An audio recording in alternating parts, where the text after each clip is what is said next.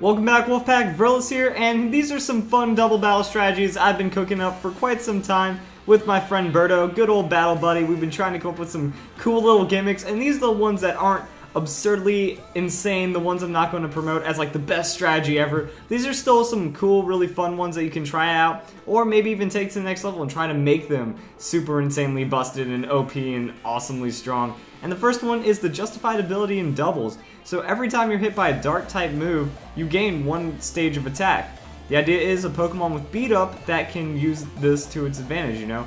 For every ally you have still alive, you're able to hit once. So in a double battles, 4v4 doubles, you're going to hit 4 times, which means you get 3 times your attack in one turn. And the idea is you try to make it before your opponent can attack. You max out a speed on Weavile, you go with that Jolly nature.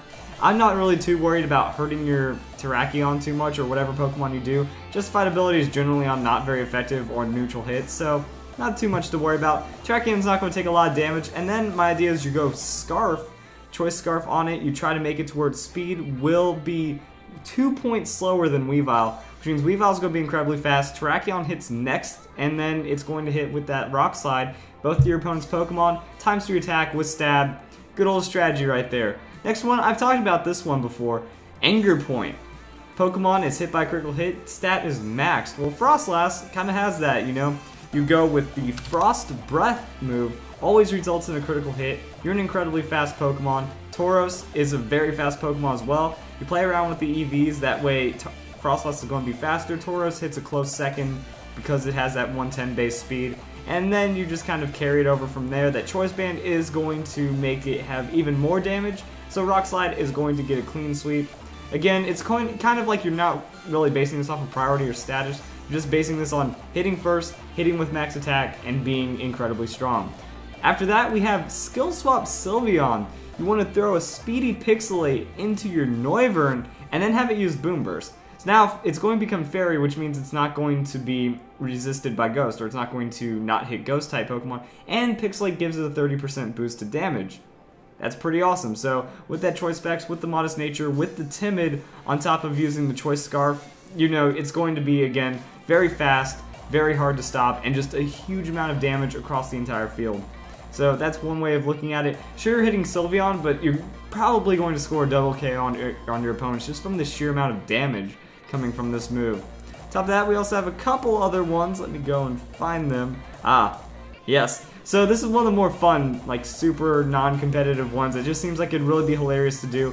Klefki, Prankster Thunderwave, Exploud, Smelling Salts, and that's how you do it. Again, we're worrying about the Scarf. We're going to try to make this incredibly fast. Smelling Salt, power doubles if target is paralyzed, but it cures the paralysis. Well, 70 base power.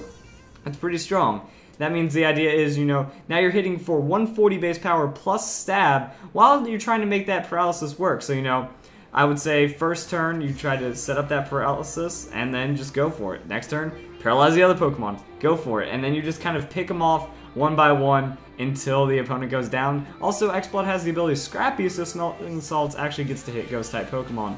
Pretty cool. Next up, we just have Linoone.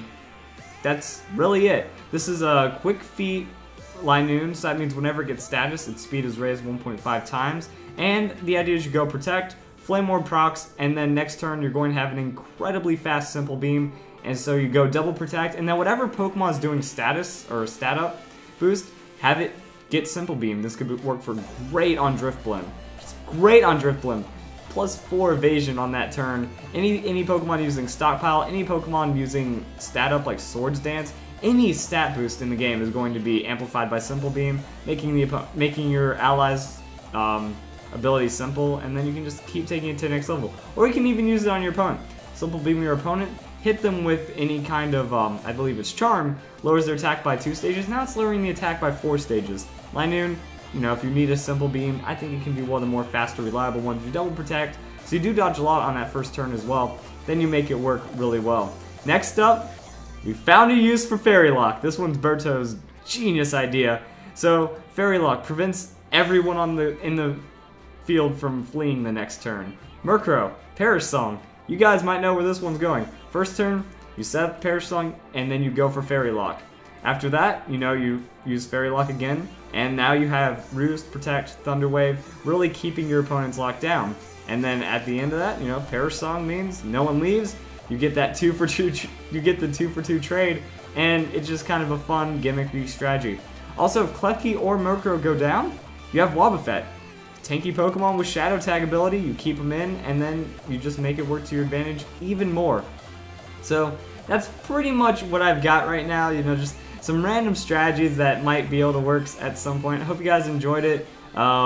These are just more fun little things that keep popping in my head, like, what if this could work? What if this could work? Ah, sure, it's more fun and not really super competitive, but it'd be a really cool thing to try out. So maybe you guys can take these to the next level. Maybe you can come up with your own super crazy gimmicks. They don't work all the time, but that one time they succeed, it's going to be hilarious. Like, could you imagine actually sweeping with the Smelling Salts combo? That's my happy one right there, that you actually get Smelling Salts to use, or even Fairy Lock. You actually get that to work. I don't even know. Hope you guys enjoyed the video, and I hope you all have a nice day.